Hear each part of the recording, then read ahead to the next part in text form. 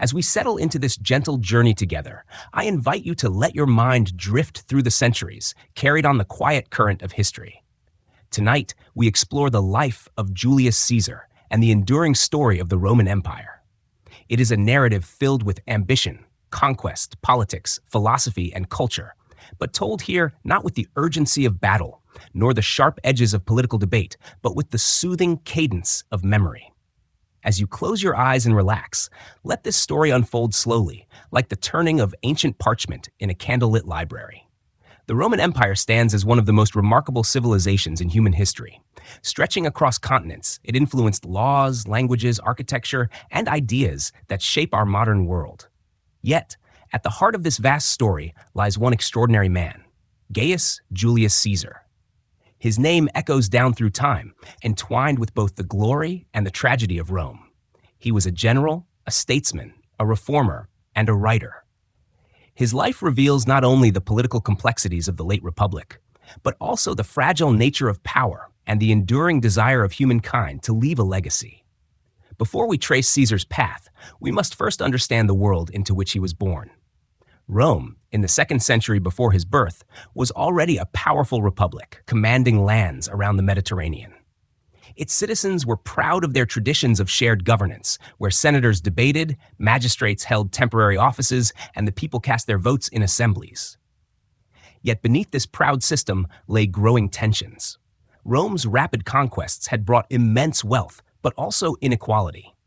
While patrician families, the aristocratic elite, grew richer, many ordinary Romans struggled. Enslaved populations from conquered lands swelled the workforce, displacing free citizens and stirring resentment. Grain shortages, corruption, and political violence simmered. Into this atmosphere of both grandeur and unrest, Caesar was born in 100 BCE. His family, the Iuli, claimed noble descent from Iulus, the son of the Trojan hero Aeneas. This legend linked them, in Roman imagination, to the goddess Venus herself. Yet despite this lofty ancestry, the Iuli were not among the wealthiest of Rome's elite. Caesar's early life was thus one of expectation rather than certainty. He would need to navigate carefully the ambitions of powerful families and the shifting winds of Roman politics. From his youth, he displayed a sharp intellect, a confident manner, and a determination to carve out his own path. As we drift through these origins, it is helpful to pause and reflect on what Rome itself represented. Imagine walking the streets of the city in Caesar's youth. Narrow lanes twist between crowded insulae or apartment blocks filled with families. The air carries the scent of bread baking in communal ovens, mixed with the clamor of smiths and vendors. At the Forum, the heart of public life, marble temples gleam in the sun, while senators in white togas exchange greetings and plebeians. The common people gather to listen to speeches. The city is alive with debate, ambition, and the constant hum of commerce. Yet looming over this daily rhythm is the knowledge that political alliances can shift quickly and violence may erupt at any moment. Caesar's story unfolds against this backdrop, and as we trace it, we also trace the evolution of Rome itself, from republic to empire. His life intersects with other towering figures. Pompey the Great, once his ally, later his rival, Crassus, the wealthiest man in Rome, Cleopatra of Egypt, whose alliance with Caesar would shape both their legacies, and Octavian, Caesar's adopted heir, who would become Augustus, the first Roman emperor. In Caesar's triumphs and tragedies, we glimpse the larger currents of Roman history, its expansion across lands, its struggles with governance, its embrace of culture and learning, and its descent into civil war. Throughout this narration, we will move slowly and carefully, not rushing to conclusions, but letting the story unfold with clarity. We will begin with the foundations of Rome and the early republic, to understand the traditions Caesar both inherited and challenged. From there, we will follow his rise, through his military campaigns, his reforms, and his crossing of the Rubicon, that fateful step into history. We will witness the grandeur of his triumphs in Rome, and the shadows of betrayal that brought his life to an end. And beyond Caesar himself, we will see how his legacy shaped the Roman Empire for centuries to come. As you listen, imagine yourself not in the turmoil of ancient battles, but in the quiet study of a scholar, surrounded by scrolls and maps. Each chapter is like a gentle turning of the page, guiding us deeper into the past. The names may sound distant, The events may seem far removed from our own lives, but they belong to the shared heritage of humanity. Rome's roads, laws, literature, and language echo still in our world. And in Caesar's name, preserved as Kaiser and Tsar, rulers across centuries claimed the mantle of imperial power. Let your mind rest on these thoughts, not as points of tension, but as quiet markers on a long journey. The past becomes a landscape to walk through slowly. We pass from temples to forums, from villas to battlefields, but always with calm reflection. By the end of this story, we will not only have explored Caesar's life, but also the long unfolding of the Roman Empire, from its beginnings to its decline. It is a story of human ambition, creativity, resilience, and impermanence. Now, with this introduction complete, let us prepare to set forth. The first chapter will guide us into the early origins of Rome and the Republic, so we may understand the stage upon which Caesar's drama unfolds. Close your eyes, breathe gently, and step with me into the quiet corridors of time. We begin by drifting gently back to the earliest days of Rome, to a time when history and legend weave together in the quiet mists of memory. Long before Julius Caesar walked the marble streets of the Forum, the Romans told stories of how their city had been founded. These stories served not only as entertainment, but as a kind of sacred origin, binding citizens to a sense of destiny. The most famous tale is that of Romulus and Remus, the twin brothers said to be the sons of Mars, the god of war, and a mortal princess named Rhea Silvia. According to tradition, the twins were abandoned on the banks of the Tiber River and suckled by a she-wolf until a shepherd found them and raised them. When they grew to adulthood, they founded a new city. A quarrel between them ended tragically with Romulus killing Remus, leaving Romulus as the first king of Rome. From this story, Romans drew the lesson that their city was born in both struggle and divine favor.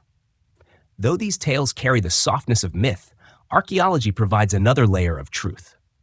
Evidence from settlements on the Palatine Hill shows that a community existed there as early as the 8th century BCE. The Romans, practical and proud, later pointed to 753 BCE as the official founding date of their city. From modest huts clustered along the riverbank, Rome grew steadily. Its hills provided natural defense, and its position along the Tiber allowed it to thrive as a trading hub. By absorbing neighboring peoples, Latins, Sabines, and Etruscans, Rome began its ascent. In the centuries that followed, Rome transitioned from monarchy to republic. Around 509 BCE, the Romans expelled their last king, Tarquin the Proud, and established a new system of government. They called it a republic, from the Latin res publica, meaning the public thing. In this system, no single man was meant to hold too much power. Instead, authority was distributed among elected magistrates, a senate composed of aristocrats, and assemblies of citizens. The highest annual offices were the two consuls, who shared leadership and could veto one another. This balance reflected Rome's suspicion of tyranny, a suspicion that would echo powerfully in Caesar's own lifetime. Over time, Rome's republic grew stronger through constant conflict. The early centuries were marked by wars with neighboring tribes and then by clashes with larger rivals, such as the Carthaginians of North Africa. The three Punic Wars, fought between 264 and 146 BCE, are especially significant. In them, Rome defeated Carthage, once the dominant power of the Western Mediterranean. The destruction of Carthage after the Third Punic War left Rome as the unrivaled master of the region. Its legions, disciplined and relentless, carried Roman banners into Spain, Greece, and beyond. Yet even as Rome expanded, it held tightly to its traditions. The Senate claimed authority as the guardian of the Republic, and Roman citizens prided themselves on virtues such as discipline, loyalty, and respect for law. In public spaces, monuments were erected not to glorify individual men, but to honor the collective achievements of the Republic. Rome's legal codes and political practices became a model that influenced later civilizations. And yet, the seeds of imbalance were already being sown. Expansion brought immense wealth, but also tension. Vast estates, called latifundia, were worked by enslaved laborers, leaving small farmers impoverished. The gap between rich and poor widened, and urban populations swelled with displaced citizens seeking food and work. Grain imports from conquered lands kept the people fed, but dependency grew. In politics, ambitious men used bribes, spectacles, and private armies to gain influence. violence increasingly replaced debate in the forum. It is within this long arc, from legendary founders through the rise of the Republic to the aftermath of conquest, that we set the stage for Caesar's birth. The Rome of his youth was a city proud of its ancient roots, devoted to its republican institutions, and deeply conscious of its destiny as a power in the Mediterranean. But beneath this pride lay fractures that could not be ignored. To understand Caesar, we must first understand the Rome he inherited, a place where myths guided identity, laws shaped society, and ambition always pressed against the boundaries of restraint. Imagine for a moment the streets of that early republic. The temples of Jupiter and Juno gleam on the Capitoline Hill. Senators walk in solemn procession, draped in white togas edged with purple.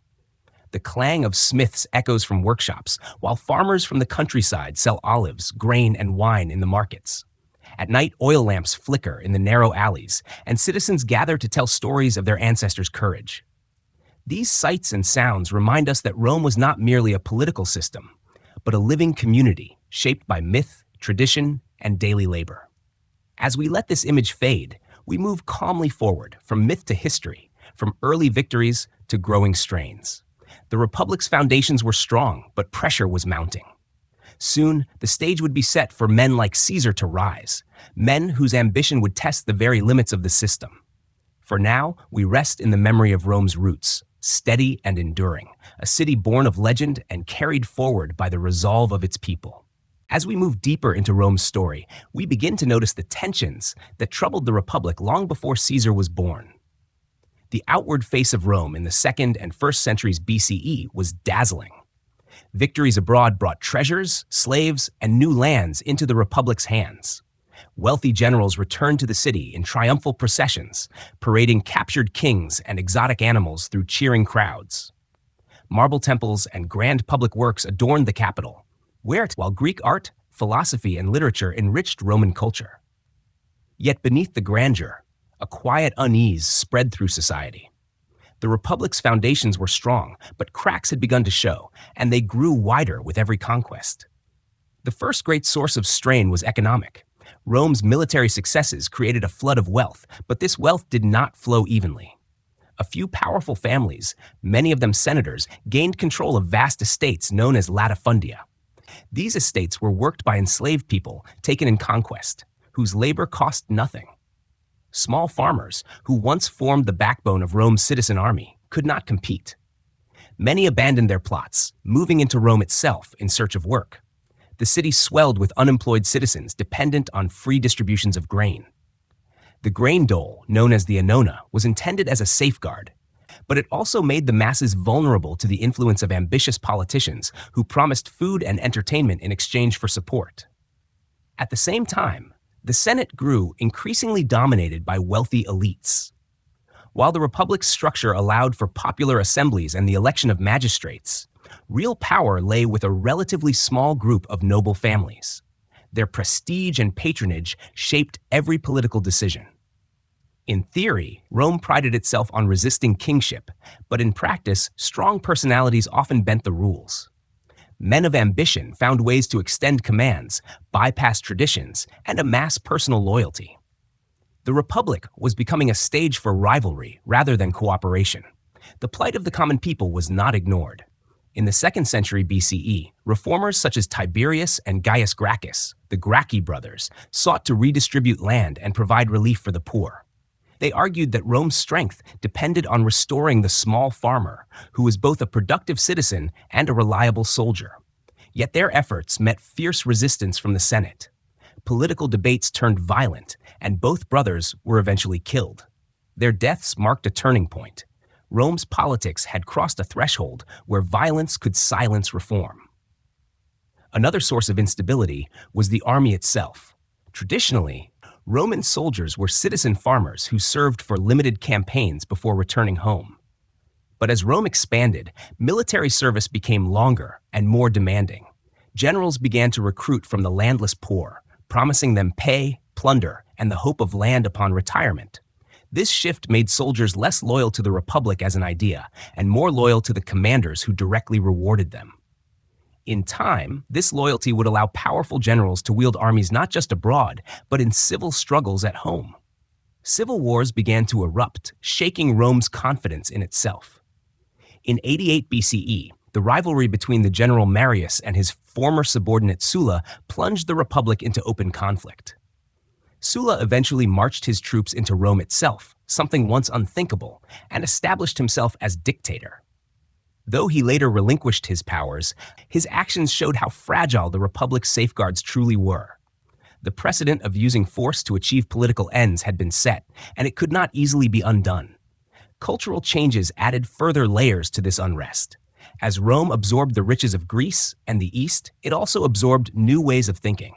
Philosophy, literature, and art reshaped Roman society, but also widened the gulf between rich and poor. Aristocrats decorated their villas with Greek sculptures, studied rhetoric with tutors, and read Homer in the original language. Meanwhile, the average citizen lived in crowded insulae, multi-story apartment buildings prone to collapse or fire, scraping by on modest means. The divide was visible, and it fostered resentment. Religious traditions, too, were in flux. The old Roman gods, Jupiter, Mars, Venus, and their kin, remained central to civic life, but foreign cults gained popularity. Devotion to the Great Mother, to Isis from Egypt, and to Mithras from the East reflected Rome's expanding world.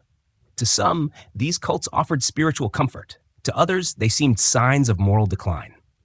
In Senate debates and in daily conversation alike, Romans worried that their ancestral values, discipline, loyalty, simplicity, were fading. Thus, by the time Caesar was born in 100 BCE, the Republic was a place of contradictions. It was mighty abroad, but fragile at home. It claimed to be a government of balance, yet power clustered in the hands of a few. It celebrated the dignity of the citizen, but many citizens lived precarious lives. Ambitious generals eyed the possibilities of personal glory, while reformers dreamed of restoring balance. The stage was set for dramatic change.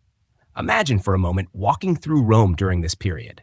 In the Forum, senators argue heatedly beneath the porticos. The crowd outside grows restless, hungry for bread, and impatient with speeches. Soldiers returning from campaigns linger in the streets, boasting of battles but uncertain of their futures. A merchant offers olive oil in clay amphora, while across the square, a nobleman in a purple-edged toga arranges a public spectacle to win favor. The air is full of promise, but also of unease. It is into this city, rich, ambitious, restless, that Julius Caesar enters the world. As we allow this image to settle, we prepare to follow Caesar himself. He is still a young man in the shadow of these great struggles, but soon he will begin to chart his path. The Republican crisis is the soil from which his ambitions will grow, and it is in these cracks of instability that he will find both opportunity and danger. Julius Caesar is born in 100 BCE, at the very heart of a republic straining under the weight of its contradictions. His family, the Julia, belongs to the patrician order, that ancient aristocracy tracing its roots back to Rome's earliest days.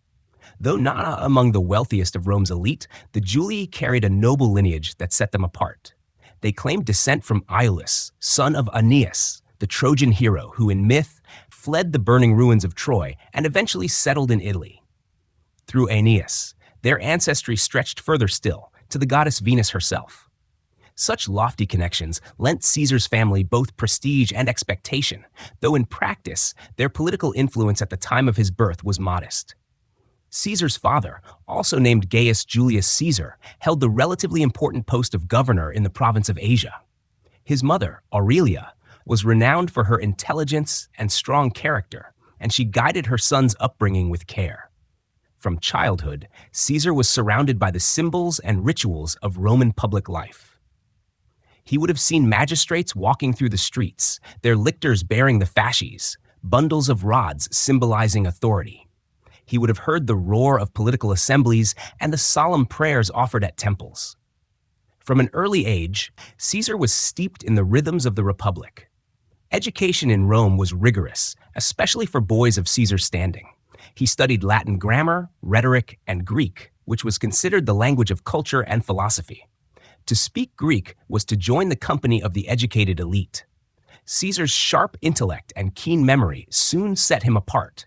He excelled in oratory, the art of persuasive speech, which was essential in a society where public debate shaped politics. Even as a youth, He displayed a natural charisma and confidence that drew attention. Friends and rivals alike remarked on his determination and ambition. Yet Caesar's youth was not without danger.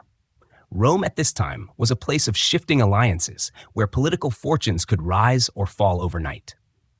One of the most dramatic episodes of his early life came when the dictator Sulla seized power in 82 BCE. Sulla demanded that Caesar divorce his wife, Cornelia, daughter of a prominent supporter of Sulla's enemies. Caesar refused. His decision was bold, for defying Sulla could mean death. Only through the intervention of influential friends was Caesar spared. This act of defiance revealed a trait that would define him throughout his life, a willingness to risk everything rather than betray his own path. Forced to leave Rome for a time, Caesar joined the military in Asia Minor. Here, he gained his first experiences as a soldier and commander. Accounts tell us that he showed courage under fire and a talent for leadership, qualities that endeared him to his men. In one famous episode, pirates captured him during a voyage across the Aegean Sea. They demanded a ransom, which Caesar coolly promised to pay. Yet during his captivity, he treated the pirates with an air of superiority, joking that once freed, he would return and execute them. True to his word, after his release, he gathered a fleet, hunted them down, and carried out their punishment. The story illustrates not only his daring, but also his conviction that no one could insult him with impunity. Caesar's return to Rome marked the beginning of his political ascent.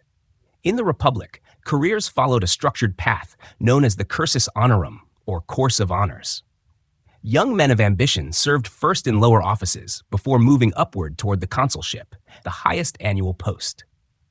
Caesar carefully followed this path, holding offices such as quaestor, a financial administrator, and later aedile, responsible for organizing public games and maintaining temples. As aedile, he lavished funds on gladiatorial shows and grand spectacles, delighting the people of Rome and earning their loyalty. Though these displays strained his finances, Caesar understood the power of popularity in a society where the masses held sway in assemblies. Alongside his official duties, Caesar cultivated his skills as an orator. His speeches in the courts and in public assemblies won admiration for their clarity and force. The historian Cicero, himself a master of rhetoric, acknowledged Caesar's eloquence. In words and in presence, Caesar carried an aura of command that few could ignore. As his reputation grew, so too did his connections. He aligned himself with influential figures, among them Pompey, the celebrated general, and Crassus, the wealthiest man in Rome. These alliances were strategic, for in Roman politics, success depended as much on networks of patronage as on individual talent. Caesar navigated these circles with care, balancing ambition with charm and steadily advancing his career. Still, the challenges of the Republic were never far away. Violence in the streets, corruption in the Senate, and unrest among the poor created a backdrop of uncertainty. Caesar's popularity with the people, his defiance of entrenched elites, and his willingness to take risks made him a rising star in an unstable sky. His youth had taught him lessons of resilience, strategy, and boldness, qualities he would carry into his next great chapter as a military commander. Picture now the young Caesar walking through the streets of Rome. He wears the plain toga of a citizen, yet carries himself with unmistakable confidence. Around him, the city bustles with life. Vendors cry out, children chase one another through narrow alleys, senators confer in shaded porticos. Few could yet imagine that this young man would one day alter the fate of the Republic itself. Yet even in these early steps, the path ahead begins to glimmer. As we let this image rest, we prepare to follow Caesar beyond the city walls, into the wide fields of Gaul, where his name will become a legend. His youth has ended. His career as a general is about to begin. As Caesar matures into his middle years, he takes on the role that would define him in the eyes of history, that of the general. His path to military command is not accidental, but carefully cultivated through years of political maneuvering. In 59 BCE, he secures the consulship, the highest office of the Roman Republic, and from there, through alliances with Pompey and Crassus, the famed First Triumvirate, he obtains a proconsular command in Gaul. This would prove to be the great theater of his ambition, the testing ground of his skill, and the forge of his legend. At that time, Gaul was not a single nation, but a patchwork of Celtic tribes. Some had allied with Rome, others resisted, and still others shifted allegiances as opportunities arose. For the Roman Senate, Gaul was a frontier zone, full of both danger and promise. For Caesar, it was an open canvas upon which he could paint a career of conquest. Over nearly a decade, he would wage campaigns across vast territories, extending Rome's influence to the Atlantic coast, the Rhine River, and even briefly into Britain. The story of Caesar's campaigns in Gaul is preserved most vividly in his own words, in the Commentarii de Bello Gallico, or Commentaries on the Gallic War. Written in clear, direct Latin, these works serve both as military reports and as political propaganda. In them, Caesar presents himself as the calm, rational commander, bringing order to a turbulent land. He describes the Gallic tribes in detail, their customs, their leaders, their shifting loyalties, always contrasting their instability with Roman discipline. While modern historians recognize the self-serving nature of these accounts, they nonetheless offer a remarkable window into both the campaigns and Caesar's mind. One of the most notable episodes is his conflict with the Helvetii, a migrating tribe seeking new lands. Caesar portrays himself as the defender of Rome's allies, blocking the Helvetii and forcing them into submission. Soon after, he confronts the Germanic chieftain Ariovistus, who had crossed into Gaul. By defeating him, Caesar presents himself as the guardian of Roman territory against foreign invaders. Each victory builds his prestige, not only among his soldiers, but also back in Rome, where reports of his success stir admiration and envy alike. Caesar's campaigns are marked by both strategic brilliance and relentless energy. He marches his legions across mountains and rivers, building bridges with astonishing speed and using siege works to encircle enemy strongholds. His engineering feats alone inspire awe. Yet the campaigns are also brutal. Entire tribes are crushed, cities destroyed, populations enslaved. Rome's expansion comes at a heavy cost, borne by the peoples who resist. To Caesar's soldiers, however, these victories bring plunder, land, and honor. Their loyalty to him grows deeper with each campaign, binding them not just by duty, but by personal devotion. In 55 BCE, Caesar undertakes expeditions across the Rhine into German territory and across the Channel into Britain. Though these ventures are more symbolic than permanent conquests, they serve to extend the image of Caesar as a commander who pushes the boundaries of the known world. For Romans accustomed to thinking of their city as the center of the universe, reports of Caesar crossing into distant and mysterious lands inspire wonder. The Senate grants him unprecedented honors, though behind these honors lurks suspicion. Some senators fear that Caesar's ambition threatens the very fabric of the Republic. The climax of Caesar's Gallic campaigns comes with the great revolt led by Vercingetorix, chieftain of the Arverni tribe. Charismatic and determined, Vercingetorix unites many Gallic tribes in a final effort to resist Rome. The struggle reaches its peak at the Siege of Alesia in 52 BCE. Here, Caesar surrounds the fortified city with massive earthworks and fortifications, while simultaneously building defenses against outside forces attempting to break the siege. The result is a breathtaking display of Roman discipline and ingenuity. When Vercingetorix finally surrenders, laying down his weapons at Caesar's feet, the conquest of Gaul is effectively complete. This victory transforms Caesar from a skilled politician into a figure of near-mythic stature. He has extended Rome's borders dramatically, secured immense wealth, and built a veteran army fiercely loyal to him. Yet this very success plants the seeds of conflict. For the Senate, and for Pompey in particular, Caesar's growing power is alarming. His command in Gaul has lasted years beyond precedent. His soldiers are not just instruments of the Republic, they are bound to him personally. In Rome's fragile political climate, this is a dangerous imbalance. Imagine for a moment the life of a Roman soldier under Caesar. After long marches through forests and across rivers, he camps within walls of wooden palisades raised each evening. He eats coarse bread and salted pork, sleeps beneath the stars, and rises at dawn to the sound of horns. Yet he knows that his commander shares these hardships, walking among the men, addressing them with confidence, rewarding bravery. This shared experience deepens their trust. In Caesar, they see not just a general, but a leader who embodies their victories. As the campaigns in Gaul draw to a close, Caesar stands at a crossroads. His triumphs have secured him unmatched prestige, but his enemies in Rome grow more determined. To lay down his command would leave him vulnerable to prosecution. To retain it means challenging the Senate's authority. The Rubicon, that small river marking the boundary between his province and Italy itself, looms ahead, not yet crossed, but already glimmering in the distance. For now, we leave Caesar amidst the laurels of victory, his armies triumphant, his reputation soaring. The conquest of Gaul has made him master of the West, but it has also set him on a collision course with Rome itself. The calm before the storm begins to fade, and the quiet tension of destiny settles over the Republic. The story now brings us to one of the most fateful moments in Roman history: Caesar's decision to cross the Rubicon. By the year 50 BCE, Caesar had completed his conquest of Gaul and emerged as the most celebrated general of his age. His commentaries were widely read, his victories honored, his name spoken with admiration by soldiers and citizens alike. Yet in the Senate, admiration mingled with fear. Caesar's unprecedented power unsettled many senators who remembered too clearly the precedent set by Sulla, a general who had marched on Rome itself to claim absolute authority. Could Caesar, too, be tempted by such a path? In Rome, political alliances had shifted.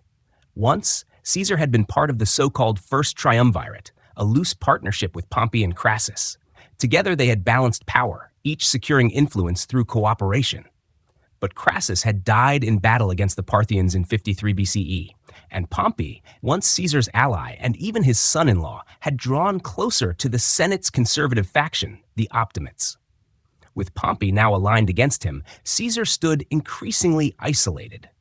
The Senate demanded that Caesar disband his legions and return to Rome as a private citizen, there to face possible prosecution for exceeding his authority during his years in Gaul. Caesar knew what this meant: humiliation at best, ruin at worst. His enemies feared his influence with the people and would use the courts to strip him of all power.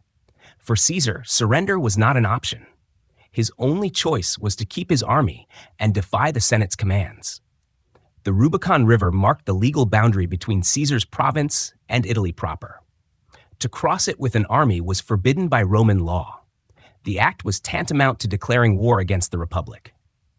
Ancient historians tell us that Caesar paused at the banks of the Rubicon in 49 BCE, reflecting on the gravity of his choice.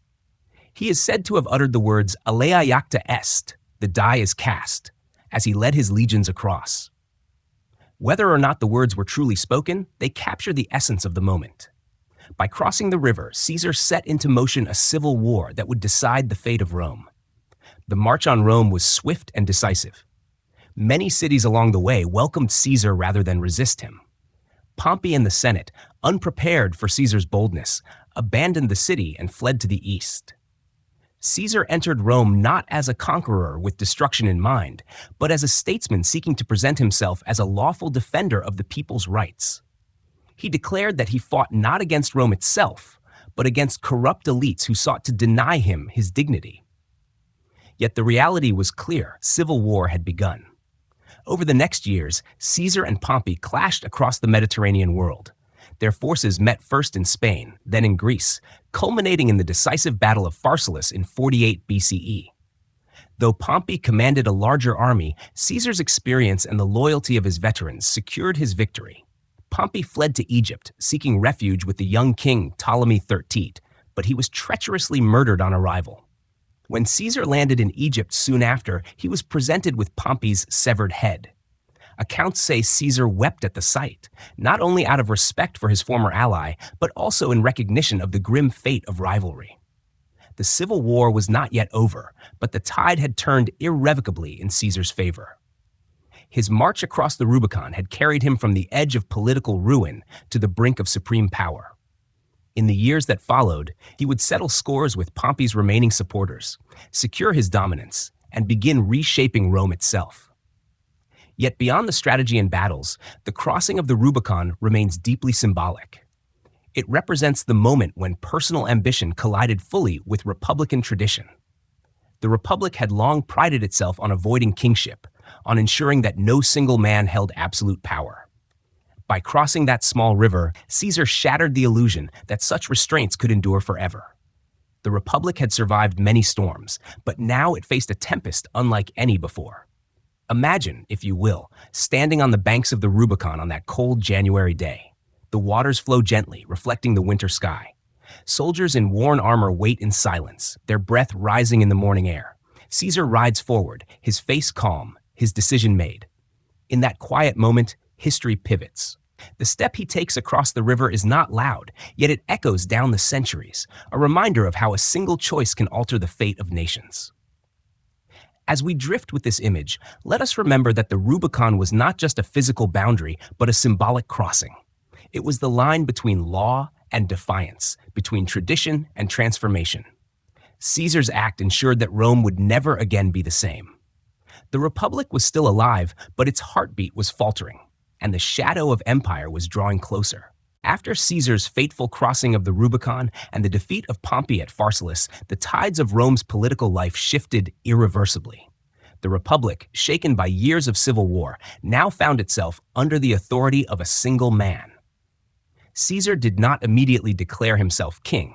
That word was anathema to Roman ears, but he steadily gathered powers that gave him dominance over the state. In 49 BCE, he was appointed dictator for short terms, a position meant to address emergencies. By 46 BCE, the Senate made him dictator for 10 years, and in 44 BCE, the appointment became perpetual. This was not monarchy in name, but in practice, Caesar had become Rome's supreme ruler. What set Caesar apart, however, is not only the power he wielded, but the reforms he undertook. His vision extended beyond the battles of civil war. He saw Rome as a city, and the Republic as a system, in desperate need of renewal. His measures touched nearly every aspect of Roman life. One of his most famous reforms was the reorganization of the calendar. The old lunar system had fallen hopelessly out of alignment with the seasons, requiring constant adjustments. Caesar, advised by the Alexandrian astronomer Sosigenes, introduced the Julian calendar in 46 BCE. This solar-based system set the year at 365 days, with a leap year every fourth year. Remarkably, it endured with only minor adjustments into the modern era, a lasting legacy that still marks our days. Economic and social reforms followed. Caesar sought to reduce debt, limit the hoarding of wealth, and regulate the distribution of land. He established colonies where veterans and the poor could settle, easing the overcrowding of Rome and extending Roman influence into new territories. His laws aimed to stabilize grain supply, reform taxation, and provide for public works. He commissioned new buildings, roads, and forums, giving the city fresh grandeur and employment for its citizens. In this way, Caesar blended practical relief with long-term vision. Yet his reforms were not merely economic. Caesar understood the importance of inclusion in maintaining loyalty across a vast and diverse empire. He expanded the Senate, increasing its membership to over 900. Critics complained that this diluted the prestige of the old aristocracy, but it allowed Caesar to reward supporters and bring provincial elites into the heart of Roman politics. He extended citizenship more widely, weaving conquered peoples into Rome's fabric rather than leaving them on the margins. This act of broadening citizenship marked a significant shift in Roman identity, from a city-state with allies to a truly Mediterranean empire. Caesar's manner of leadership also mattered. Unlike many who ruled through fear alone, he cultivated a reputation for clementia, mercy. He pardoned many former enemies, including men who had fought alongside Pompey. Some later turned against him, but the policy served to project Caesar as magnanimous, a ruler above petty vengeance. At the same time, his clemency had limits. Where rebellion threatened stability, he could be ruthless. His balance of generosity and firmness was carefully measured to strengthen his authority. Cultural life, too, bore Caesar's influence. He supported literature, promoted the study of law, and continued Rome's tradition of monumental architecture. He planned vast new projects, including a forum bearing his name, adorned with a temple to Venus Genetrix, the divine ancestor of his family line. Through these works, Caesar tied his personal legacy to Rome's sacred heritage. He was not just a ruler, he was presenting himself as a figure woven into the city's destiny. Still, tensions lingered. While many Romans admired Caesar's reforms, others feared the erosion of republican traditions. The title Dictator for Life disturbed those who cherished the old balance of offices and elections. Statues of Caesar appeared across the city, and his image was stamped onto coins, symbols once reserved for the divine. Rumors spread that he intended to accept the crown of king, a word that evoked Rome's deepest anxieties. From their earliest days, Romans had defined themselves as a people who had expelled kings. To imagine a return to monarchy was to betray their very identity. Caesar, for his part, dismissed the title when it was offered publicly. According to ancient sources, at the festival of the Lupercal in 44 BCE, his ally Mark Antony attempted to crown him before the assembled crowd. Caesar refused, insisting that he sought no kingship. Yet the gesture left an impression. Whether he denied the crown sincerely or with calculated restraint, many senators believed the Republic was slipping into monarchy. As we reflect on these years, we see a ruler at once visionary and controversial. Caesar's reforms stabilized Rome in the short term, and his calendar, colonies, and citizenship policies left lasting marks. His public works beautified the city. His clemency softened divisions, and his vision stretched beyond his own lifetime. Yet his concentration of power stirred unease. For those who loved the Republic, the sight of one man holding supreme authority was intolerable. Imagine, for a moment, walking through Rome during Caesar's dictatorship. Marble columns gleam in the sunlight, new forums rise, and statues of Caesar stand alongside those of gods. Citizens cheer as grain distributions ease their hunger, while veterans march proudly to new colonies. The city hums with life and renewal. Yet in shaded porticos, senators whisper, their voices heavy with doubt. The Republic feels both alive and endangered, vibrant yet fragile. In this paradox lies the essence of Caesar's rule. He was both a healer of Rome's wounds and a challenge to its traditions. His reforms gave hope, but his power inspired fear. The Republic was breathing still, but its heartbeat had changed rhythm, quickened under the shadow of Caesar's dominance. As we drift from this chapter, let us hold this image: a city renewed yet anxious, a ruler adored yet resented, and a republic poised on the edge of transformation. Soon, Caesar's reach will extend beyond Rome itself, into the storied lands of Egypt, where another figure of legend will enter his life: Cleopatra. From the marble forums of Rome, our journey drifts softly along the waters of the Nile, for Caesar's path leads him to Egypt and to one of the most captivating figures of antiquity, Cleopatra II. Their meeting is not merely a tale of romance, but a reflection of politics, culture, and the vast interconnectedness of the Mediterranean world. In 48 BCE, after Pompey's defeat at Pharsalus, Caesar pursued his rival to Egypt. There he learned of Pompey's assassination at the hands of Ptolemy XIII's advisors. Instead of satisfaction, Caesar reportedly felt sorrow and disapproval. Pompey had been a great man of Rome, and his murder by foreigners was an affront to Roman dignity. Yet Caesar's arrival in Egypt brought him face to face with the turmoil of another kingdom's struggles. Egypt at this time was ruled by the Ptolemies, a dynasty of Greek origin, tracing back to one of Alexander the Great's generals. Though centuries had passed since Alexander's conquest, the Ptolemaic kings ruled Egypt as both pharaohs and Hellenistic monarchs. Their court was luxurious, their ceremonies steeped in grandeur, but internal rivalries weakened their hold. Ptolemy XIII and his sister Cleopatra were locked in a civil war for the throne. Caesar, as the most powerful Roman in the region, quickly became entangled in their conflict. Cleopatra herself was a woman of remarkable intelligence, charm, and ambition. Fluent in multiple languages, including Egyptian, a rare skill even among the Ptolemies, she combined political acumen with an aura of charisma that left lasting impressions on all who met her. Ancient writers describe her not as the most conventionally beautiful of women, but as one whose presence, voice, and wit could captivate even the most cautious mind. Legend surrounds her first meeting with Caesar. Denied entry to see him openly, Cleopatra is said to have arranged to be smuggled into his quarters, wrapped in a carpet or bedding. When she emerged before him, the effect was dramatic. Whether or not the details are embellished, the essence is clear.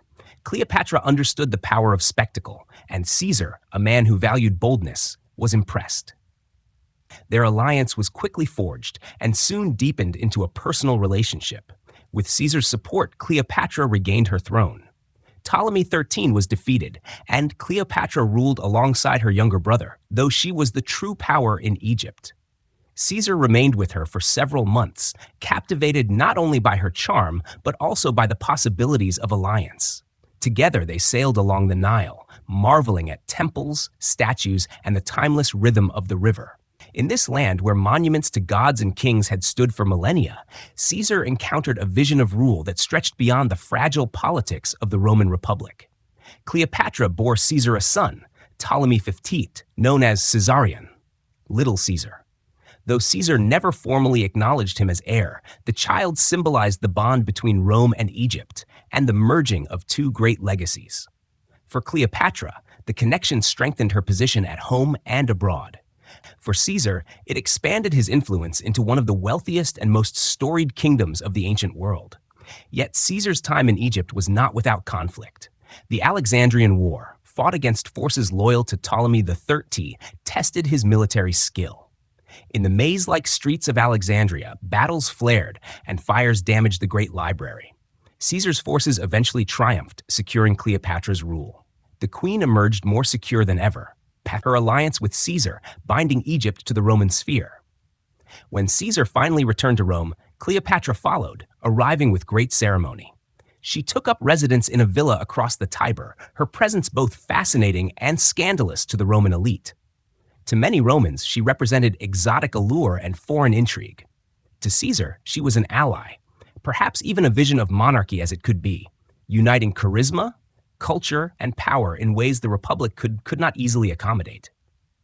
The relationship between Caesar and Cleopatra illustrates more than personal fascination. It reflects the expansion of Rome's horizons. Rome was no longer just a city-state ruling Italy.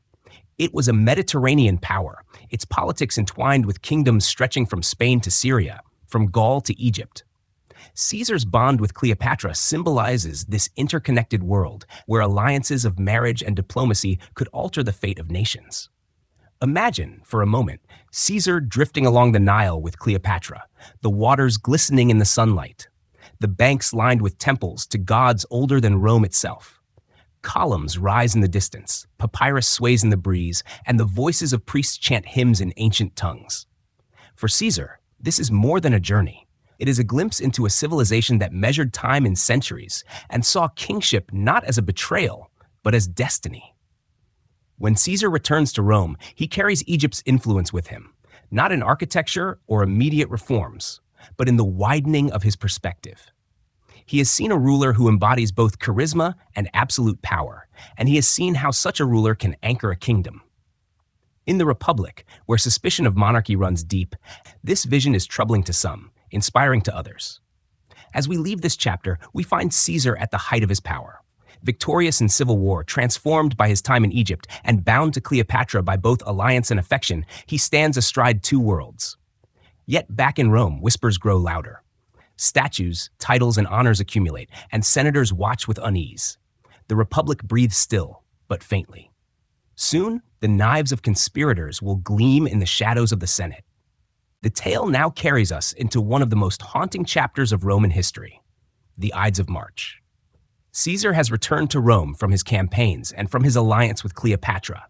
He has been granted honors that no Roman before him had ever received: perpetual dictatorship, the right to sit in a gilded chair at the Senate, temples in his name, and his image struck onto coins. To the people, he is a hero, a figure of stability after years of war. To many senators, however, he is a looming threat, the shadow of a king in all but name. The Republic's memory runs deep. Romans tell and retell the story of their earliest ancestors, who expelled the tyrant Tarquin the Proud in 509 BCE and swore never again to be ruled by kings. That memory lives in every law, every ritual, every suspicion. Caesar insists he does not seek the crown, even pushing it away when Mark Antony publicly offers it at the festival of the Lupercal. Yet the gesture does not silence the whispers. Statues, honors, and titles gather around him, and many believe that the Republic itself is slipping into monarchy. Among those who fear this outcome are men who once stood close to Caesar. Marcus Junius Brutus, descendant of the legendary Brutus who helped overthrow the last king of Rome, is torn between loyalty and heritage. Gaius Cassius Longinus, hardened and resentful, harbors a deep mistrust of Caesar's intentions. Other senators, driven by pride, fear, or principle, join the cause. Together they form a conspiracy, convincing themselves that the only way to save the Republic is to remove the man who threatens it. The atmosphere in Rome grows tense. On the surface, life continues with public games, speeches, and festivals. Citizens cheer Caesar's reforms, soldiers praise his generosity, and merchants enjoy the stability of his rule. Yet beneath this calm, a current of unease flows. In the Senate, whispers become plans, and daggers are sharpened in secrecy. Even omens, so important to the Roman mind, seem to warn of what is to come. Ancient writers tell us of strange signs, horses refusing to eat, mysterious lights in the sky, and Caesar's own dreams filled with foreboding. On the morning of March 15th, 44 BCE, the Ides of March, Caesar prepares to attend a Senate meeting at the Theater of Pompey. His wife, Calpurnia, pleads with him not to go. She has dreamt of his statue bleeding as citizens bathe their hands in the flow. Soothsayers, too, warn him of danger. Yet Caesar dismisses these fears. Perhaps he feels invincible, buoyed by his achievements. Perhaps he trusts too deeply in his reputation for mercy. Or perhaps, as some suggest, he believes that fate itself cannot be avoided. At the Senate, the conspirators gather. When Caesar enters, they crowd around him with petitions, their hands reaching not for parchment alone, but for hidden weapons. In an instant, the attack begins. Casca strikes first, then others join. Caesar resists at first, but as the blows rain down, he falters. Ancient accounts tell us that when he sees Brutus among the attackers, he utters the famous words, "Et tu, Brute? You too, Brutus?" Whether or not these exact words were spoken, the moment symbolizes betrayal by one he trusted. Caesar falls beneath the blades of his peers, stabbed 23 times. His body lies at the foot of Pompey's statue, as if history itself bore witness to the cycle of power and downfall. For the conspirators, the deed is meant to restore liberty. They believe Rome will celebrate the end of a would-be tyrant. But the outcome is far different. Instead of gratitude, the people respond with shock and grief. Caesar's funeral becomes a moment of reckoning. Mark Antony, his loyal supporter, delivers a speech that stirs the crowd. He lifts Caesar's cloak, pierced with stab wounds, and shows his body to the citizens. The forum erupts in anger and mourning. Far from restoring the Republic, the assassination unleashes chaos. Riots break out, conspirators flee, and Rome slides once more into civil war. The Ides of March thus marks not only the end of Caesar's life, but also the end of the Republic in its purest form. The senators who struck him down sought to preserve tradition, but their actions hastened the Republic's collapse. Caesar's death did not extinguish his influence. Instead, it transformed him into a martyr, a symbol of power and destiny that others would claim. Picture Rome in the days after. Citizens gather in hushed groups, their faces shadowed with confusion. Smoke from Caesar's funeral pyre lingers in the air. Graffiti appears on walls, calling for justice. In the Senate, seats sit empty, heavy with dread. The conspirators, once sure of their purpose, scatter into exile. Above all, the memory of Caesar lingers, a presence felt even in absence, his shadow stretching over every decision to come. As we reflect on this moment, we see how fragile human institutions can be. A republic that had stood for centuries faltered not simply from one man's ambition, nor from one group's violence, but from the deep currents of inequality, rivalry, and fear that had eroded its foundations. Caesar's death is dramatic, but it is also the inevitable crest of a long, rising tide. Let us leave this chapter gently, with the image of a quiet forum at dusk, the stones still warm from the day's sun. The voices of history echo softly, the cries of the people, the whispers of senators, the words, real or imagined, of Caesar himself. The Ides of March has passed, but the story is not over. Ahead lies the transformation of Rome into empire, a legacy carried forward by Caesar's heir. The fall of Julius Caesar on the Ides of March did not bring peace to Rome. Instead, it created a power vacuum that drew the Republic into its final, decisive transformation. The conspirators who struck him down, Brutus, Cassius, and their allies, believed that by removing Caesar, they would restore liberty and the old balance of the Republic. But they misread the temper of the Roman people, and they underestimated the loyalty Caesar had cultivated among his soldiers, veterans, and citizens. In the days after the assassination, Rome trembled not with relief, but with grief and anger. At Caesar's funeral, Mark Antony seized the moment to turn public opinion against the assassins.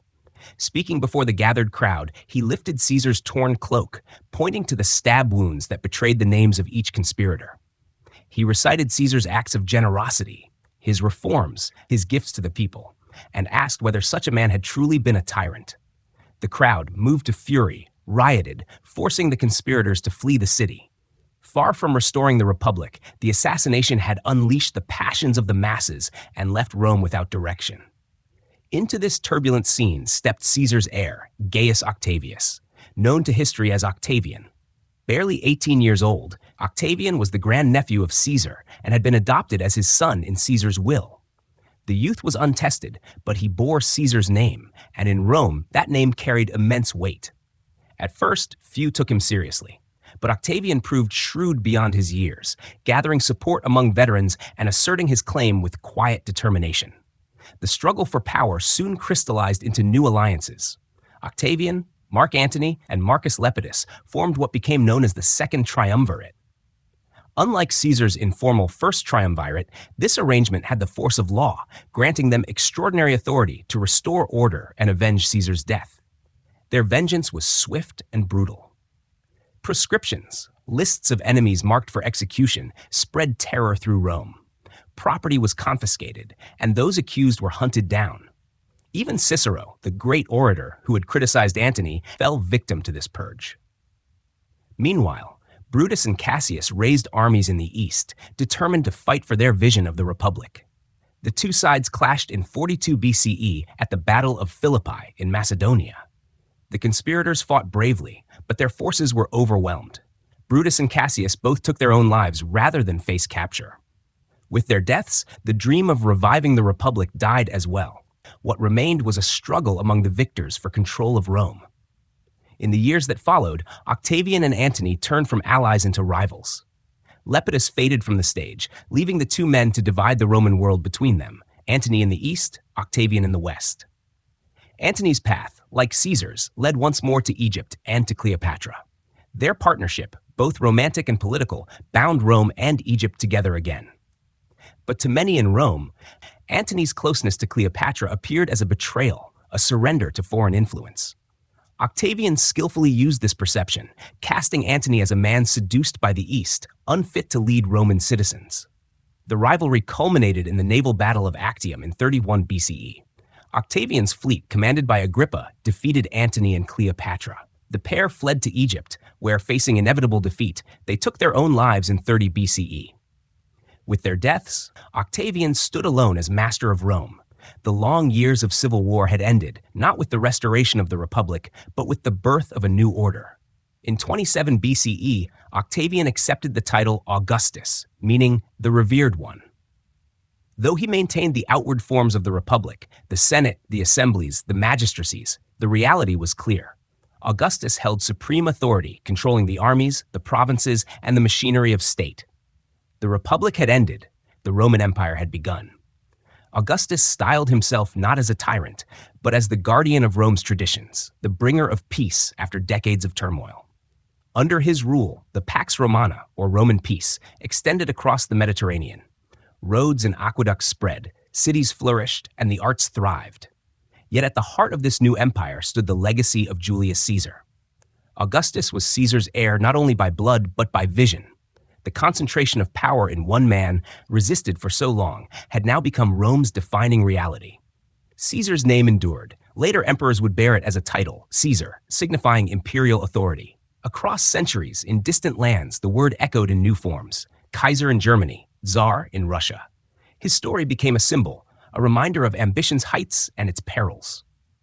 Imagine, in this final reflection, the arc of Rome's history. From a small cluster of huts along the Tiber, it rose through conquest and discipline to rule an empire stretching from Britain to Egypt, from Spain to Mesopotamia. The Republic, with its proud traditions, nurtured citizens of remarkable energy and ambition. Yet those very ambitions tore its fabric apart. In Caesar, we see both the genius of Rome and its fragility, the brilliance of reform, the magnetism of leadership, and the danger of concentrating power too tightly in human hands. As we close this journey, picture the Roman Forum at twilight. The Senate House stands silent, its walls bearing the memory of debate and betrayal. Statues of gods and heroes watch over the city. In the distance, the Colosseum and aqueducts whisper of centuries still to come. And beneath it all, the story of Caesar endures, not as a tale of a single man alone, but as the story of a civilization in transition, from republic to empire, from shared governance to imperial majesty. Let your mind rest gently on this long sweep of history. As night deepens, the voices of the past soften into echoes, and the story becomes a dream carried forward on the quiet current of time. Rome lives on in our laws, our languages, our calendars, and in the enduring fascination with one man whose choices shaped the destiny of an empire.